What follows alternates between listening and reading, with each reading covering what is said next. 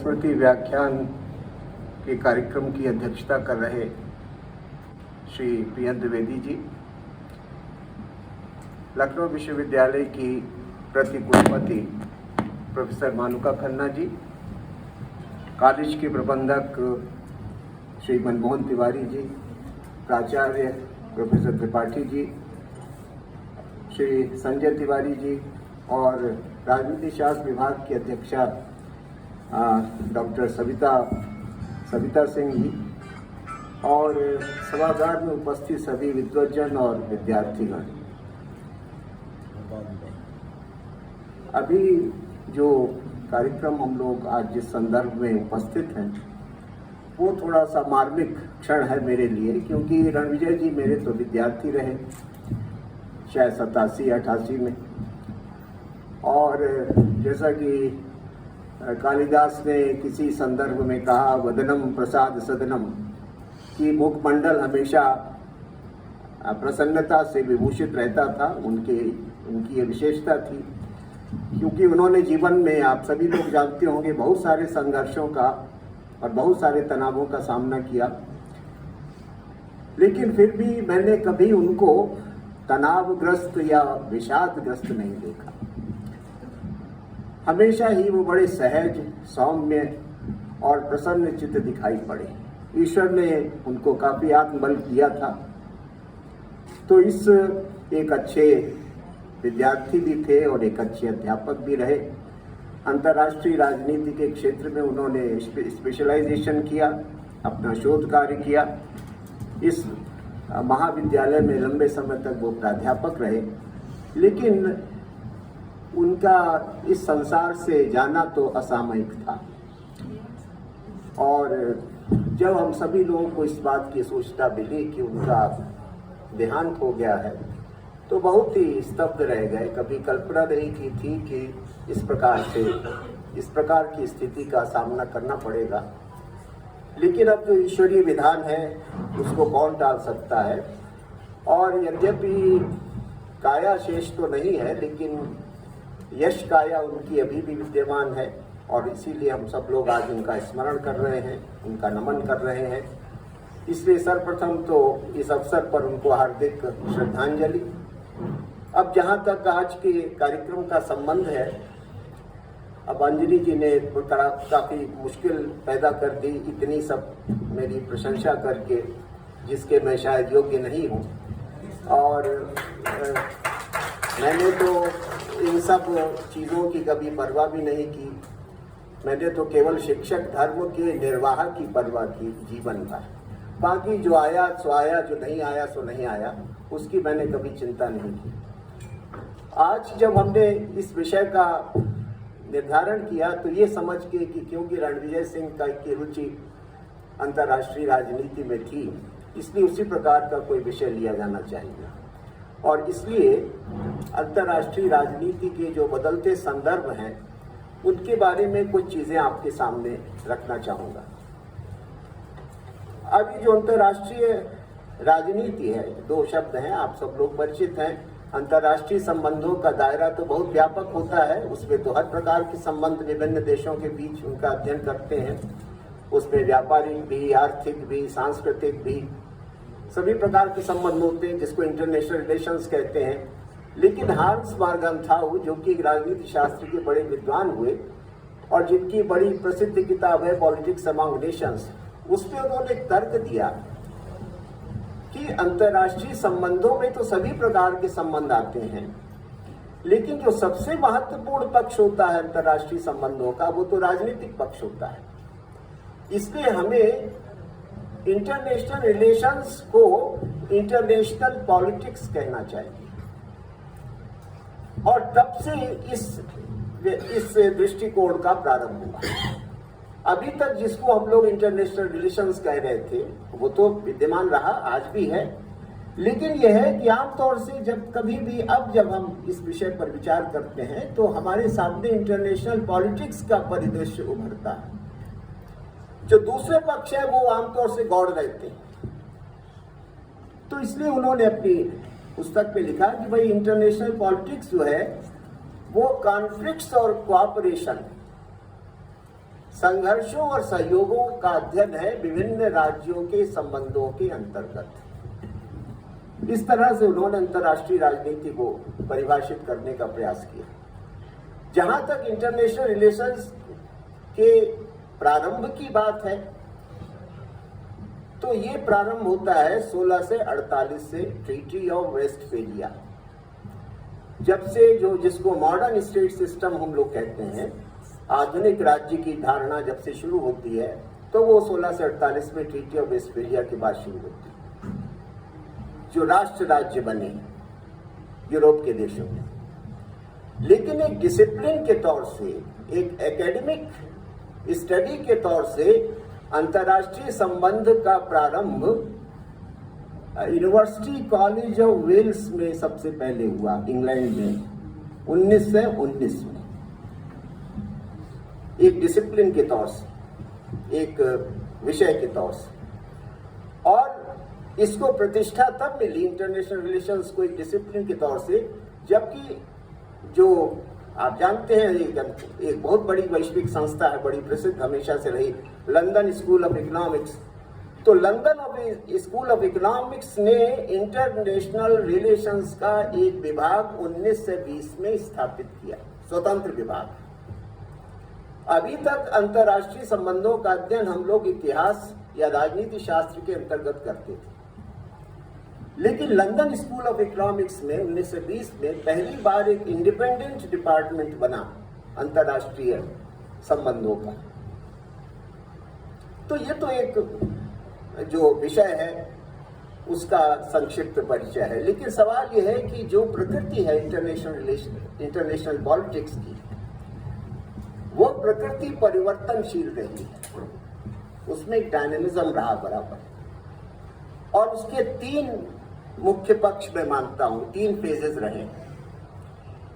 पहला जो फेज है इंटरनेशनल पॉलिटिक्स का, जिसकी अपनी विशिष्टता है, जिसकी अपनी विशेषताएं हैं, वो फेज है फर्स्ट वर्ल्ड वॉर के पहले का। यानी आप कह सकते हैं 1919-1920 के पहले की अंतर्राष्ट्रीय राजनीति किस प्रकार की थी, उसकी कुछ अपनी विशेषताएं थी।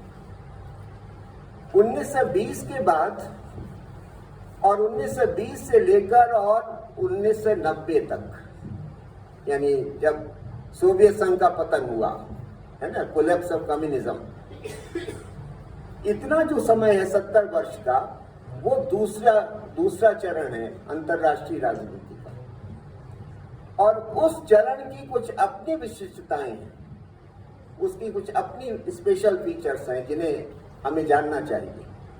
और 1990 के बाद का जो चरण है आज तक, वो एक तीसरा चरण है और बिल्कुल अलग प्रकार का है। उसमें कई ऐसी प्रवृत्तियां हैं जो कि शायद पहली बार देखने को मिल रही हैं। तो ये जो तीन स्टेजेस हैं इंटरनेशनल पॉलिटिक्स की, इसकी कुछ खास बातों को आपके सामने मैं रखूंगा संक्षेप में।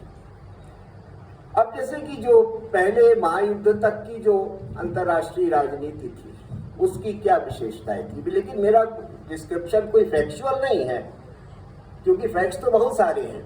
उन फैक्ट्स के बेसिस पर जो सिद्धांत निकलते हैं, केवल मैं आपके सामने उनकी चर्चा करूंगा।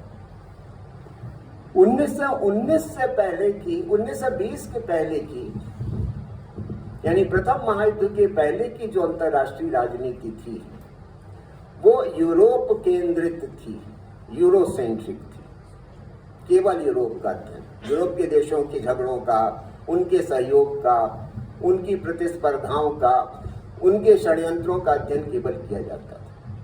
यानी 1920 के पहले की जो अंतर्राष्ट्रीय राजनीति थी वो यूरोसेंट्रिक थी।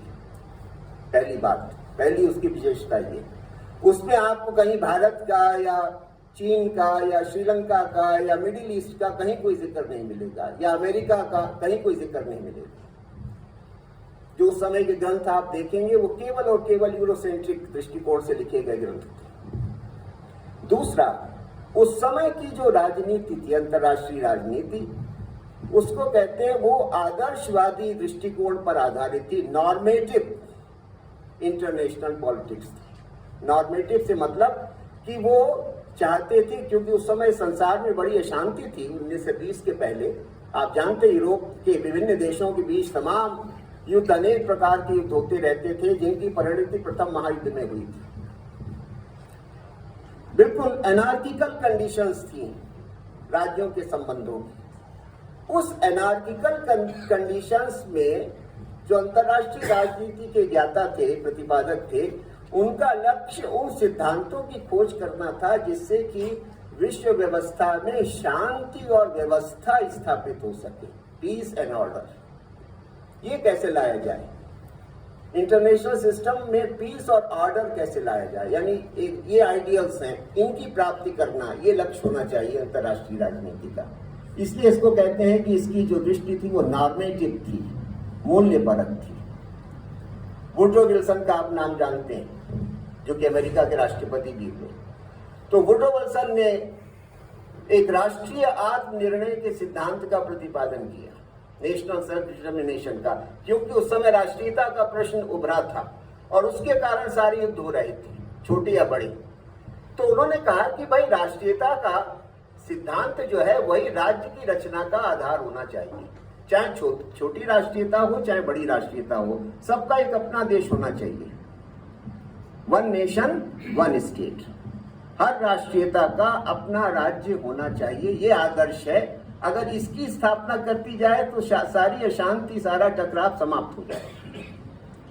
तो इसको उन्होंने एक सिद्धांत के रूप में रखा, जिसको हम लोग कहते हैं नेशनल सेल्फ डिटर्मिनेशन, राष्ट्रीय आत्मनिर्णय का सिद्धांत।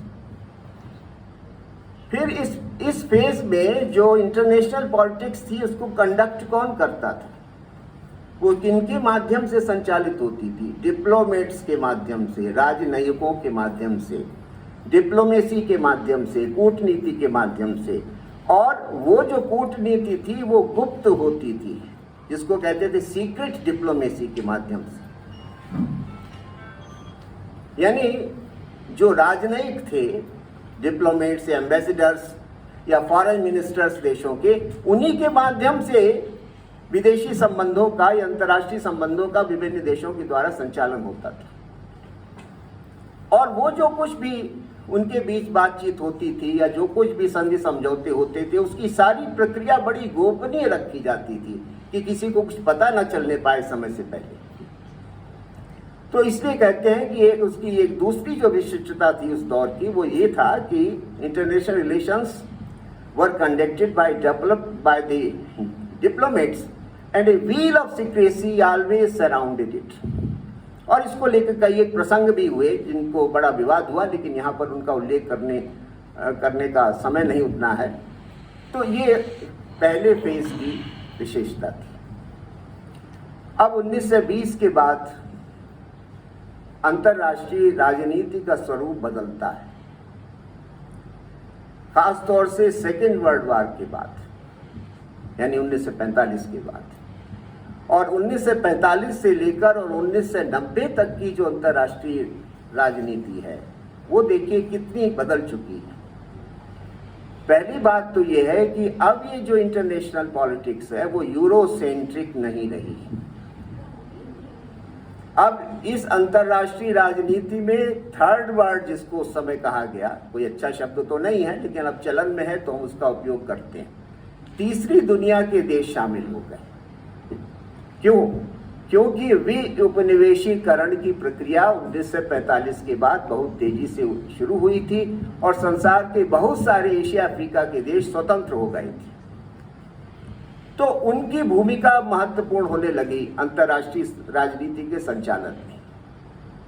तो अब यूरोप है, लेकिन यूरोप के साथ तीसरी दुनिया के देश भी है, जिसको आजकल की भाषा में कहते हैं स्टेक होल्डर्स। केवल यूरोप स्टेक होल्डर नहीं है, ये तीसरी दुनिया के देश भी स्टेक होल्डर्स। इनका भी बड़ा महत्व है, खासतौर से चीन का, जापान का, भारत का, युगोस्लाविया का, ये सब तीसरी दुनिया के देशों की श्रेणी में रखे जाते हैं। लेकिन इनका सबका आप जानते हैं, अगर उस समय मिस्र का, इजिप्ट का, उस समय का आप अगर इतिहास पढ़ें तो आप देखेंगे कि इनकी बड़ी भूमिका इन देशों की रहती थी अंतर्राष्ट्रीय राजनीति के संचालन में। तो एक तो ये, और सबसे बड़ी बात कि जो यूएसए, जो अमेरिका अभी तक अपने को इन सब चीजों से दूर रखता था, और जो अभी तक जिसको अंतर्राष्ट्रीय राजनीति में कहते हैं स्प्लेंडेड आइसोलेशन की पॉलिसी को फॉलो कर रहा था, स्वर्णिम अलगाव, स्प्लेंडेड आइसोलेशन, कि हमें दुनिया के चक्कर में नहीं पड़ना, अपने हम लोग खुश हैं, हमें दुनिया के झगड़ों में नहीं पड़ना है, कहीं कुछ नहीं करना है। अभी तक जो अमेरिका आइसोलेशन में रहना पसंद करता था, अब वो अमेरिका अंतर्राष्ट्रीय राजनीति का एक मुख्य प्लेयर बन के सामने उभरता है 1945 के बाद। और न केवल अमेरिका, और साथ साथ अमेरिका के उभरने के साथ साथ एक और नई चीज सामने आती है कि पहली बार विश्व राजनीति में, विश्व अंतर्राष्ट्रीय राजनीति में एक आइडियोलॉजिकल डिवाइड हमें देखने को मिलता है, एक वैचारिक संघर्ष देखने को मिलता है कि एक तरफ पूंजीवाद है, दूसरी तरफ साम्यवाद है। अभी माननीय द्विवेदी जी ने भी इसका उल्लेख किया कि ये जो दुनिया जो थी वो दो खेमों में बट गई, दो गुटों में बट गई पूरी दुनिया। एक तरफ सोवियत संघ था और दूसरी तरफ यूनाइटेड स्टेट्स ऑफ अमेरिका था। ये दोनों अपने अपने गुट के सरगना थे और दोनों की अपनी अपनी आइडियोलॉजी थी। एक साम्यवाद को मानता था, दूसरा पूंजीवाद को मानता था, और इस तरह से पूरा संसार दो गुटों में बट चुका था। ये उस दौर की एक बहुत बड़ी विशेषता है। और इस आइडियोलॉजिकल डिवाइड के बीच फिर संसार के नव स्वाधीन देश थे जो कि इस गुटबंदी में नहीं पड़ना चाहते थे, जिसका नेतृत्व तीन उस समय के बड़े महापुरुष कर रहे थे। उन्होंने कहा कि भाई हमें तो निर्गुट रहना, हमें इस गुटबंदी से मतलब नहीं, इसमें हमारा नुकसान हो जाएगा।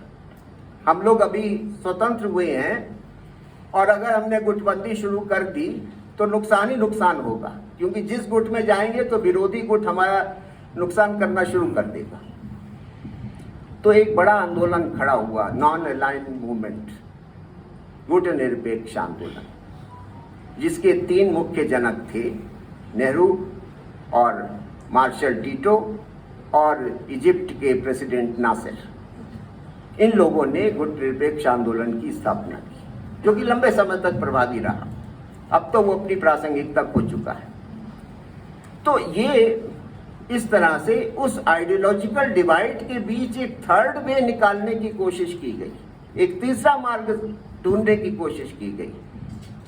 कुछ हद तक वो सफल भी हुआ, लेकिन ज्यादा सफल नहीं हो पाया।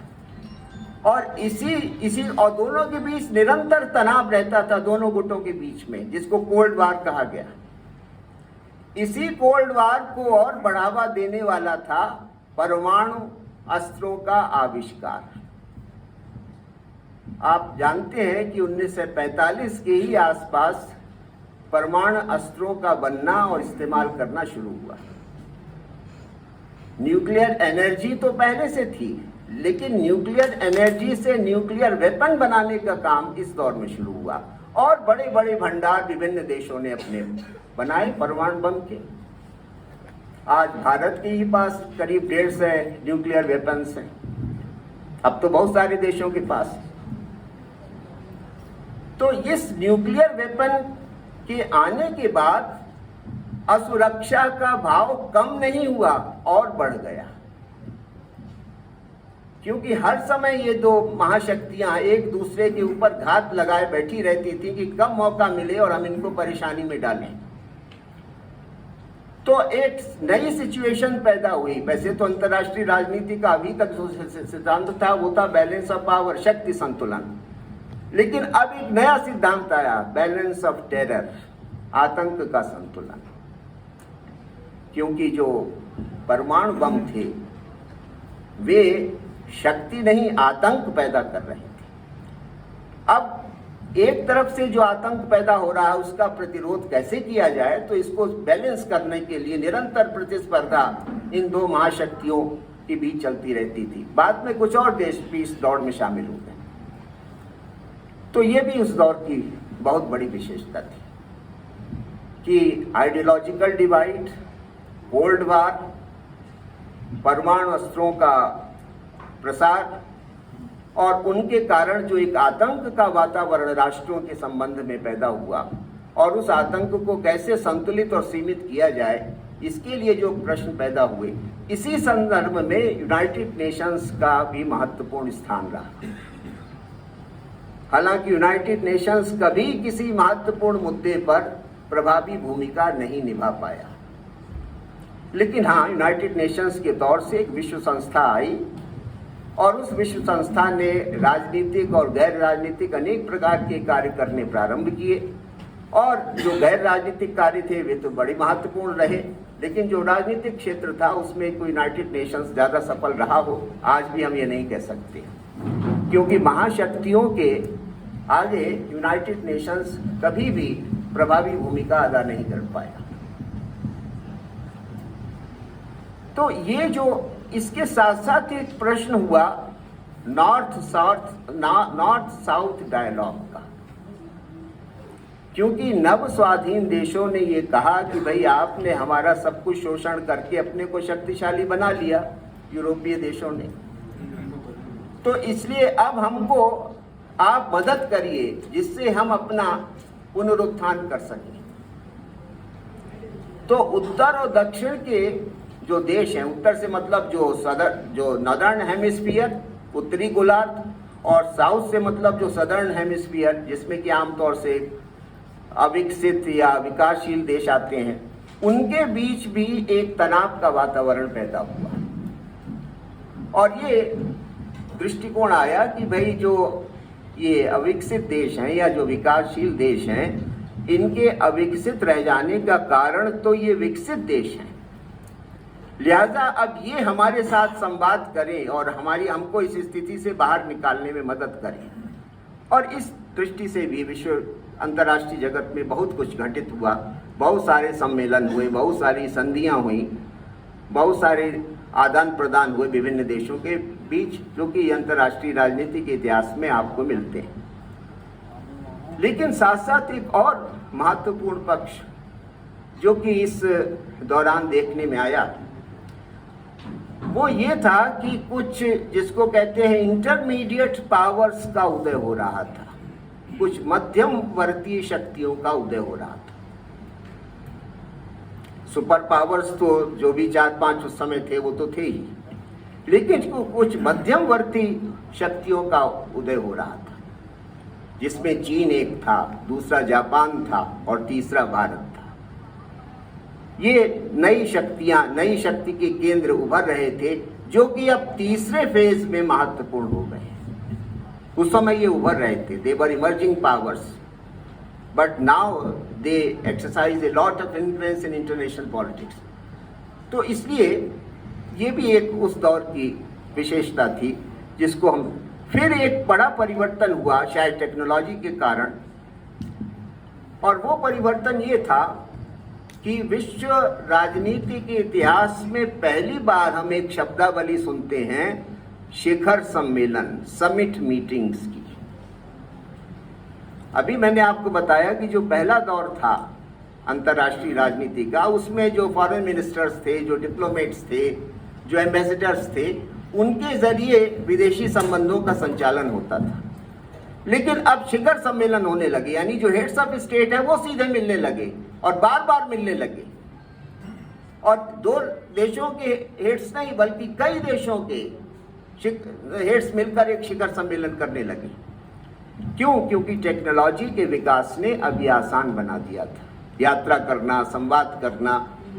तो ये इम्पैक्ट भी हमें दिखाई पड़ता है टेक्नोलॉजी का कंडक्ट ऑफ फॉरेन पॉलिसी पर, कि जो फॉरेन पॉलिसी अभी तक विदेश मंत्री या दूसरे राजनयिकों के द्वारा संचालित होती थी, अब उसको सीधे राज्य प्रमुखों ने संचालित करना शुरू कर दिया।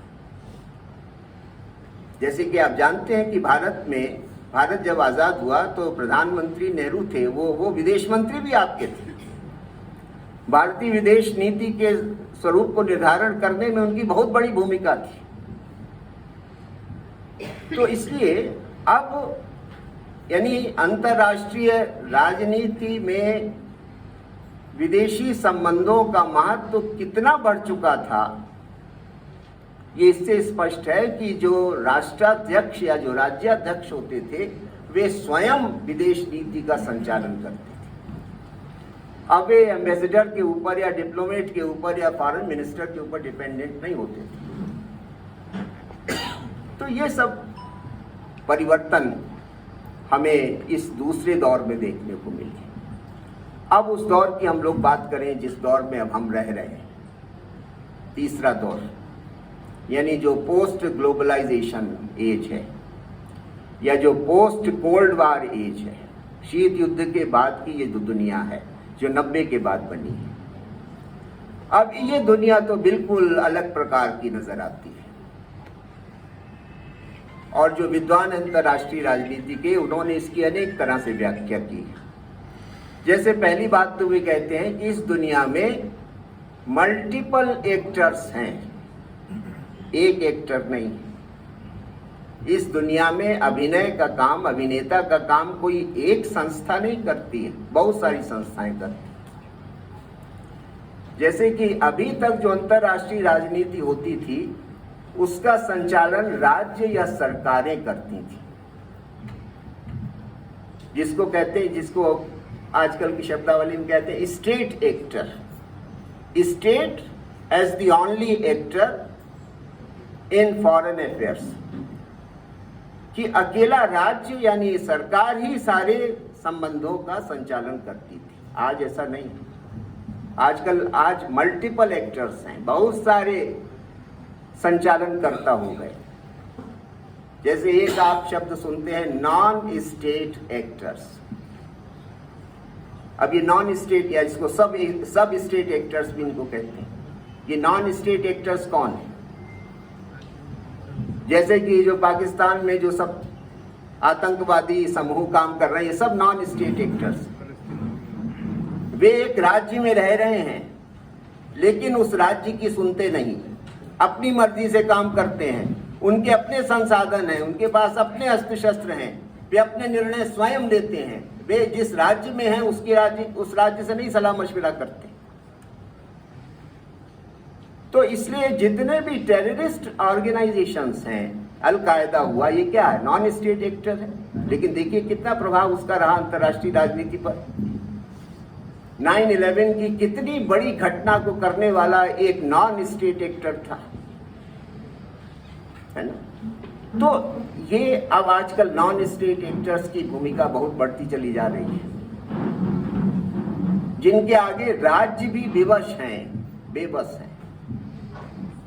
पाकिस्तान की सरकार कहती है कि ये सारे टेररिस्ट ऑर्गेनाइजेशन जैसे मोहम्मद और ये सब हमारी सुनते ही नहीं है, लेकिन हमारे यहाँ से काम करते हैं। या जैसे वो जो था क्या नाम,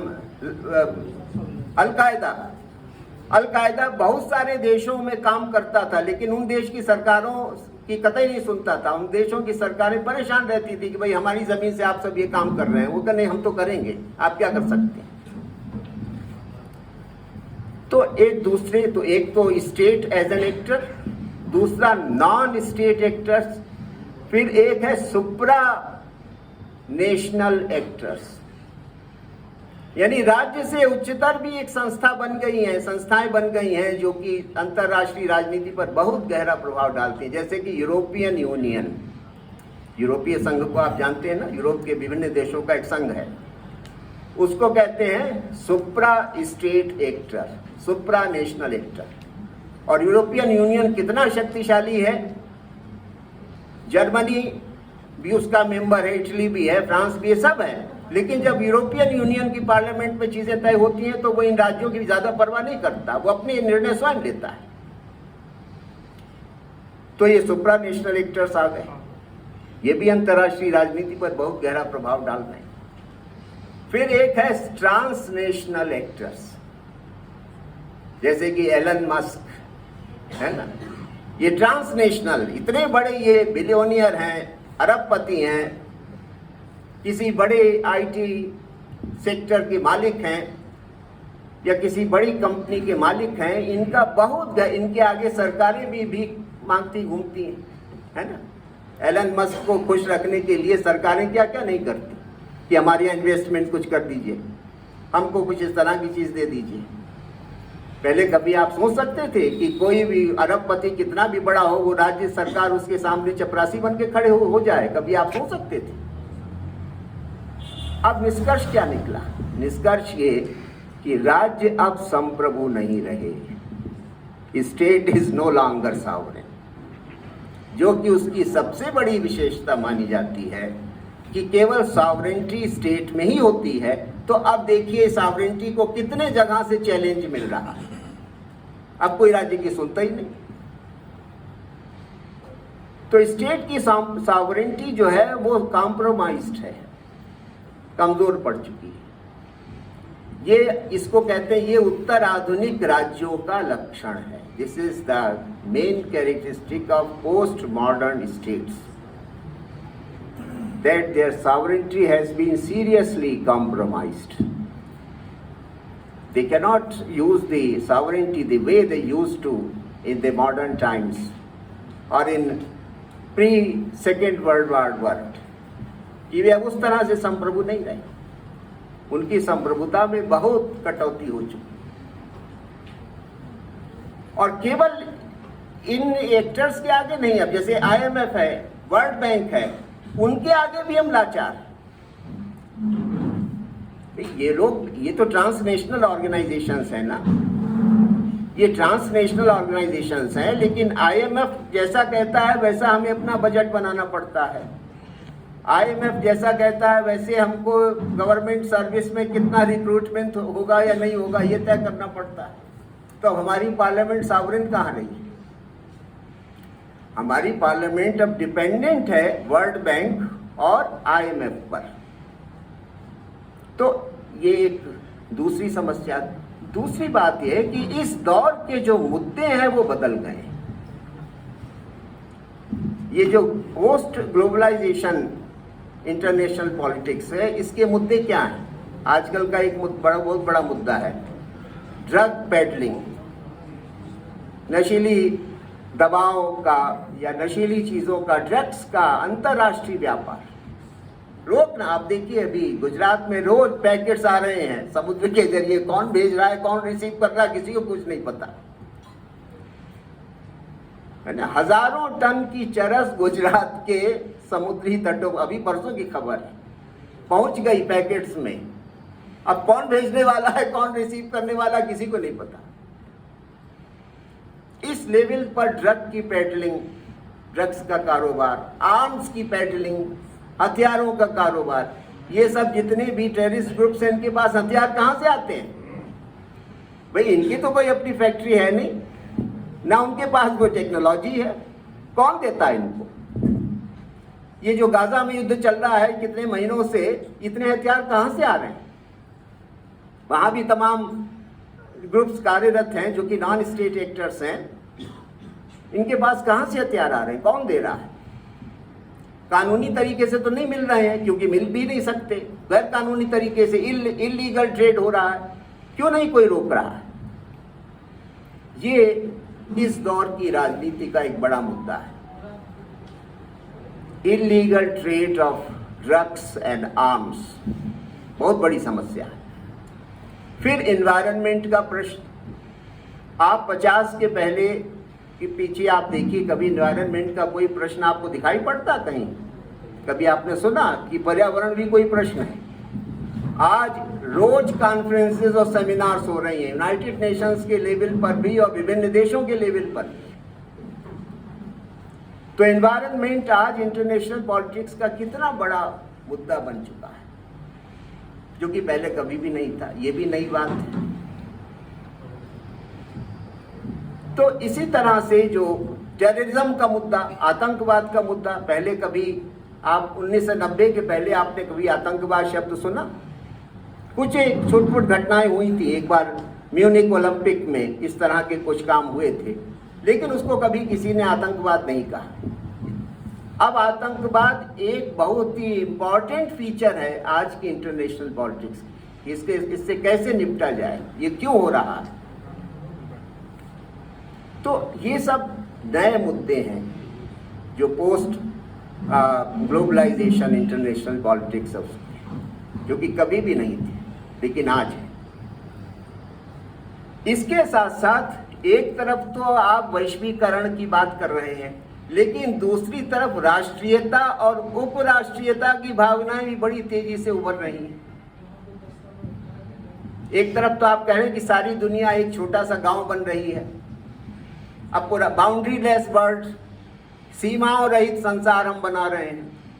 अब हम सब केवल वैश्विक नागरिक हैं, ग्लोबल सिटीजन हैं। आपकी नई शिक्षा नीति भी कहती है कि भारतवासियों को ग्लोबल सिटीजन बनाना है। अगर ग्लोबल सिटीजन बनाना है तो ये राष्ट्रीयता को लेकर रोज झगड़ा क्यों करते हो भाई?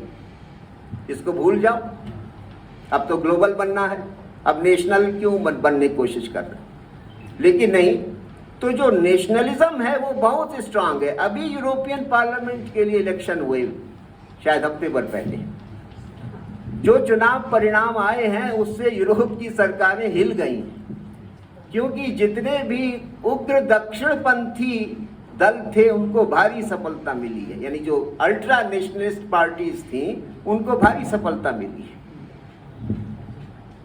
तो राष्ट्रीयता का ज्वार इतनी तेजी से बढ़ रहा है, प्रजातीयता का ज्वार इतनी तेजी से बढ़ रहा है, तो ये विरोधाभासी स्थिति है। This is a very contradictory situation.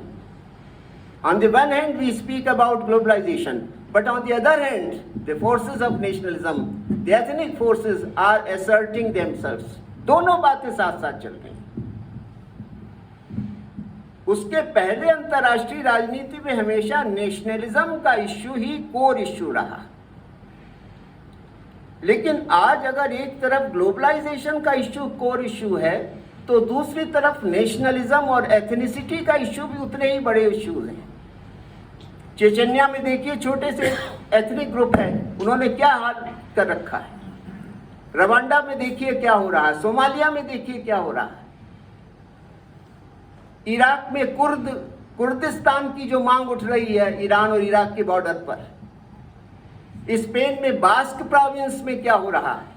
वो कहते हैं हम लोग अलग प्रकार के लोग, हम स्पेन में नहीं रहेंगे, अलग देश बनाइए। श्रीलंका में आप देख ही चुके हैं, एक पूरा सिविल वार हुआ। तो ये इस पोस्ट ग्लोबलाइजेशन वर्ल्ड की एक अन्य विशेषता है कि global forces and national and ethnic forces are running together, they are contradicting each other. अब अंततः क्या होगा हम कह नहीं सकते। तो ये एक अन्य बात है जो कि फिर इस दौर में अर्थव्यवस्था का बहुत महत्व बढ़ा है। वैसे तो वैश्वीकरण के कई आयाम माने जाते हैं, लेकिन सबसे महत्वपूर्ण आयाम आज वैश्वीकरण का है उसका आर्थिक आयाम, जिसको इकोनॉमिक ग्लोबलाइजेशन कहते हैं। टेक्नोलॉजी के प्रचार प्रसार से सारी दुनिया एक आर्थिक इकाई बन गई। अब पूरा संसार वन इकोनॉमिक यूनिट है।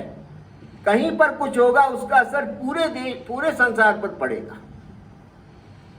अगर एक देश में वो क्या कहते हैं रिसेशन आएगा, तो उस रिसेशन का असर पूरी दुनिया पर पड़ेगा।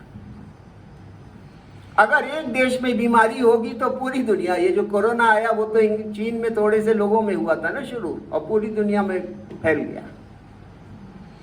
ग्लोबल विलेज बनने के फायदे हैं कि नहीं है, लेकिन नुकसान तो बहुत सारे हैं, है ना। तो इसलिए इकोनॉमिक इंटीग्रेशन जो दुनिया का हुआ, इकोनॉमिक इंटरडिपेंडेंस जो दुनिया की हुई, पॉलिटिक्स और इकोनॉमी का जो घनिष्ठ संबंध जितना इस दौर में देखने को मिल रहा है, अंतर्राष्ट्रीय राजनीति में वैसा कभी भी नहीं था। तो इसलिए यानी आजकल हर चीज का मूवमेंट है ग्लोबल। आप इटली की आइसक्रीम यहां खाना चाहें तो आपको मिल जाएगी। आप अगर दुनिया के बहुत दूर के आइसलैंड में नौकरी करना चाहते हैं तो आपको नौकरी मिल जाएगी वहां पर। आपको अगर अमेरिका के किसी मेडिकल स्पेशलिस्ट का कंसल्टेशन चाहिए तो वो आपको घर बैठे मिल जाएगा। इसको कहते हैं global movement of goods and services and capital and man. हर चीज का ग्लोबल मूवमेंट, हर चीज पूरे विश्व में हर समय उपलब्ध है। नौकरी भी, वस्तु भी, सेवाएं भी, पूंजी भी। किसी भी देश में आप आज आप अपनी पूंजी लगाकर कारोबार शुरू कर सकते हैं। तो ये एक बहुत बड़ा बदलाव है जो कि पहले अंतर्राष्ट्रीय राजनीति में कभी भी नहीं था। तो ये सारी जो प्रवृत्तियां हम देख रहे हैं जो कि इस पिछले 30-40 साल की अंतर्राष्ट्रीय राजनीति का स्वरूप हमारे सामने रखती हैं। कुछ बातें हैं, अभी भी कई चीज़ें महत्वपूर्ण रह जाती हैं। अंत में आखिरकार इस सब नई प्रवृत्तियों का असर क्या पड़ा, क्या इम्पैक्ट रहा, निष्कर्ष हम क्या निकालें।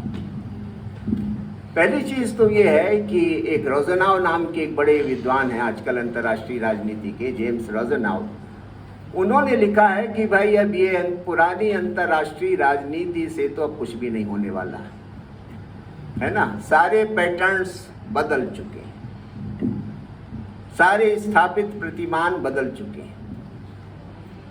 अब देखिए, नेशन स्टेट भी नेशन स्टेट नहीं रहा, अब मल्टीनेशनल स्टेट हो गया। छोटे से छोटे राज्य में आज कई राष्ट्रीयताओं के लोग रहते हैं। इसलिए भारतवासियों को विचार करना चाहिए कि जो राष्ट्रीयता का ये जो इतना सा मुद्दा आप उठाते हैं, ये आजकल के दौर पे प्रासंगिक भी है कि नहीं। क्योंकि अब छोटे से हॉलैंड कितना बड़ा देश है, नक्शे में दिखाई भी नहीं पड़ता, वहां भी 5-6 राष्ट्रीयताओं के लोग रहते हैं। तो आज का जो दौर है वो नेशन स्टेट का दौर नहीं है, मल्टी नेशन स्टेट है। हर राज्य में अनेक राष्ट्रीयताओं के लोग निवास कर रहे हैं। अब आप समझ लीजिए कि इसका प्रभाव अंतर्राष्ट्रीय राजनीति पर पड़ना स्वाभाविक है। एक तो परिवर्तन बहुत बड़ा ये हो रहा है। पुरानी जो इंटरनेशनल पॉलिटिक्स थी वो नेशन स्टेट्स के बारे की आपसी संबंधों की थी। इसलिए मार्गन्थाव की किताब का टाइटल ही है पॉलिटिक्स अमॉन्ग नेशंस। लेकिन आज जबकि मल्टीनेशनल स्टेट्स हैं, एक छोटे छोटे राज्य में, बड़े राज्यों की तो छोड़ ही दीजिए बात, जो छोटे छोटे राज्य हैं वहां पर 4-5, अब जैसे श्रीलंका को लीजिए, कितनी राष्ट्रीयताओं के लोग रहते हैं। सिंहली भी हैं जो कि बौद्ध धर्म को मानते हैं, तमिल भी हैं जो कि हिंदू धर्म को मानते हैं, इस्लाम के मानने वाले भी हैं और ईसाइयत के मानने वाले भी हैं। छोटा सा एक देश है, 4 राष्ट्रीयताओं के लोग रहते हैं। समान नागरिक संहिता लागू करके देख लीजिए वहां पर। बड़े देश में आप करना चाहते हैं जो काम, उसको पहले छोटे देश में लागू करके देख लीजिए। तो आप किस दौर पे रह रहे हैं, है ना, किस ड्रीम वर्ल्ड में आप जी रहे हैं। आप क्या संसार को देख नहीं रहे कि संसार अब आमूल रूप से बदल चुका है। तो एक तो परिवर्तन ये हुआ। दूसरा, इन सब के कारण से कुछ नए इंटरनेशनल पॉलिटिक्स में कुछ नए जिसको सब फील्ड्स कहते हैं अंग्रेजी में, कुछ नई और विद्याएं पढ़ाई जाने लगी हैं विभिन्न विश्वविद्यालयों में। जैसे आजकल विश्वविद्यालयों में एक पेपर पढ़ाए, एक विभाग बनने लगा है इंटरनेशनल पॉलिटिकल इकोनॉमी का, जेएनयू वगैरह में है और भी बहुत सारे देशों में है। ये एक अलग विषय बन गया। बहुत सारे विश्वविद्यालयों में एक अलग विभाग होता है, एक अलग विषय होता है जिसको कहते हैं पीस स्टडीज, शांति अध्ययन संस्थान। बहुत सारे विश्वविद्यालयों में एक नई विद्या पढ़ाई जाने लगी है, इंटरनेशनल सिक्योरिटी स्टडीज, अंतर्राष्ट्रीय सुरक्षा अध्ययन। इस तरह की जानी कितनी सब फील्ड्स पैदा हो गई। ये भी घटित हुआ है इस सब के कारण, क्योंकि अब जो छोटी चीजें हैं वे अपने में पूर्ण इकाई बन गई हैं और इसलिए उनका अध्ययन करने की आवश्यकता है। तो एक परिवर्तन ये हो रहा है। पावर का अर्थ बदल गया। शक्ति, जो कि जो अंतर्राष्ट्रीय राजनीति का केंद्रीय विषय है, पॉलिटिक्स अमॉन्ग नेशंस। तो पॉलिटिक्स अमॉन्ग नेशन में क्या कहता कि politics is the struggle for power.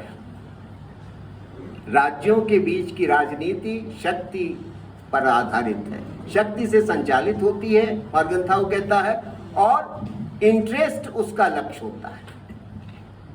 ये दो शब्दों का उपयोग करता है। इंटरेस्ट उसका लक्ष्य है और पावर उसका मीन्स है, उसका साधन। अब देखिए पावर शब्द ही डिकंस्ट्रक्ट हो गया, उसके ही कितने अर्थ हो गए।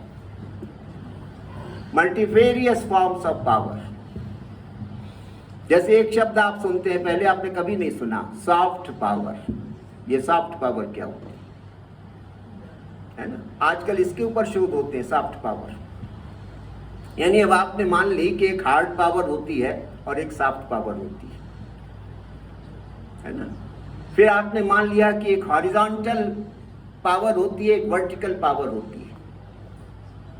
तो शक्ति विखंडित हो गई, उसका एक अर्थ नहीं रहा, जो कि पोस्ट मॉडर्निटी की विशेषता है, रिकंस्ट्रक्शन, कि now power has multiple and many meanings, it does not have a single meaning. ये एक दूसरी विशेषता।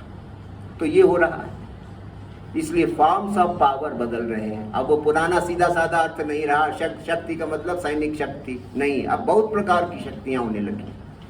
कम्युनिकेशन की पावर, अगर आपके देश के पास संचार शक्ति नहीं है तो विदेशी संबंध आप चला ही नहीं सकते।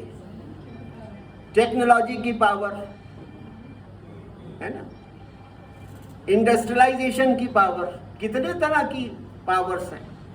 अब केवल मिलिट्री पावर से कुछ नहीं होता, मिलिट्री पावर तो हमेशा किनारे पड़ी रहती है, अब तो ये पावर इंपॉर्टेंट हो गई। तो ये परिवर्तन हुआ।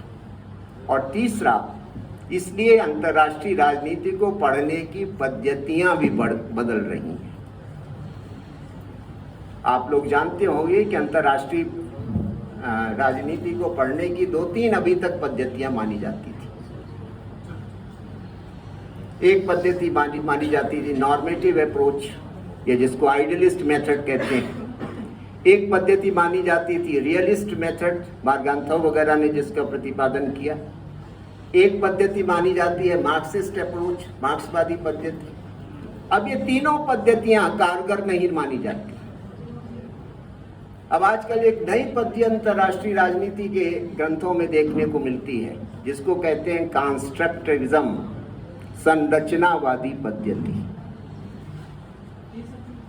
ये एक नई पद्धति आई। उन्होंने कहा कि जो आज की जो पॉलिटिकल रियलिटी है, इंटरनेशनल पॉलिटिक्स है, वो इतनी कॉम्प्लेक्स है और इतनी अनसर्टेन है कि उसको समझने के लिए एक नई पद्धति की आवश्यकता पड़ेगी। और वो पद्धति है कंस्ट्रक्टिविज्म। ये एक नई थ्योरी आई, एक नई पद्धति आई, जिसका मतलब यह है कि अब राजनीति शक्ति का खेल नहीं रहा अंतर्राष्ट्रीय राजनीति, बल्कि मनुष्य अब तय करने लगे हैं कि कहां पर शक्ति से काम हो सकता है, कहां पर दूसरे साधनों से काम हो सकता है। यानी अब एक मनुष्य का रोल ज्यादा बढ़ गया, पावर से मनुष्य की भूमिका ज्यादा बढ़ गई है। तो ये जो कंस्ट्रक्टिविज्म का विचार आया, ये भी इस पोस्ट मॉडर्न इंटरनेशनल पर, तो इसलिए वो जैसा कि रोजेनाउ ने कहा कि आज जो हम अंतर्राष्ट्रीय राजनीति पढ़ रहे हैं वो पोस्ट इंटरनेशनल पॉलिटिक्स है। उन्होंने एक शब्दावली का प्रयोग किया, पोस्ट इंटरनेशनल पॉलिटिक्स। अब पुरानी इंटरनेशनल पॉलिटिक्स इररिलेवेंट हो गई, अप्रासंगिक हो गई। अब उसका स्वरूप बहुत बदल चुका है और इसलिए अब हमें नई दृष्टि और नए उपायों और नए पद्धतियों का आश्रय लेना पड़ेगा, तब हम उसकी जटिलता को समझ सकते हैं। तो संक्षेप में ये परिदृश्य है। जब मैंने ये विषय रखा कि अंतर्राष्ट्रीय राजनीति के बदलते संदर्भ, तब आप ये देखिए कि संदर्भ कितने बदले हैं। जो विद्यार्थी 19 से 20 में पढ़ा होगा, पोस्ट ग्रेजुएशन किया होगा या रिसर्च किया होगा, वो अगर आज हो तो वो तो कहेगा कि ये सब क्या होने लगा है, क्या ये सब होती है इंटरनेशनल पॉलिटिक्स। वो तो समझ ही नहीं पाएगा कि है क्या। ठीक वैसे ही कि जिसने आशीर्वादम की किताब से राजनीति शास्त्र पढ़ा, वो जब आज के विद्वानों की लिखी हुई किताबों से राजनीति शास्त्र पढ़ता है तो वो कहता है कि क्या हम राजनीति शास्त्र पढ़ रहे हैं कि कुछ और पढ़ रहे हैं। इतना परिवर्तन हो चुका है। भारत तो पीछे ही चलेगा, क्योंकि आप तो मतलब पीछे चलने के लिए मतलब भारतवासियों का जन्म ही हुआ है कि वो तो वेस्ट को कॉपी करता रहेगा, और पीछे चलने वाले हमेशा बाद में आते हैं। वहाँ जब चीज़ें बेकार हो जाएंगी तब आपके यहाँ उनका अध्ययन अध्यापन प्रारंभ होगा, है ना। तो इस हमारे जैसे देश की जिसकी कोई अपनी दृष्टि नहीं, अपनी कोई शिक्षा की प्रणाली नहीं, जिसमें कोई स्वाभिमान नहीं, जो कभी जागृत ही नहीं होता, कुछ भी हो जाए तो वहाँ तो चीज़ें हमेशा पिछड़ती रहेंगी। हमारे विद्यार्थी उन सब शब्दों को नहीं जानते, उन सब अवधारणाओं को नहीं जानते जो कि वहाँ घटित हो रही हैं। ये दुर्भाग्य का विषय भी है और विचार का विषय भी है कि हम अंतर्राष्ट्रीय राजनीति के अध्ययन को किस प्रकार से समसामयिक बनाएं। ये एक चैलेंज है विश्वविद्यालयों के सामने और उनके शिक्षकों के सामने कि वे अपने विषय को प्रासंगिक किस प्रकार से बनाएं। धन्यवाद।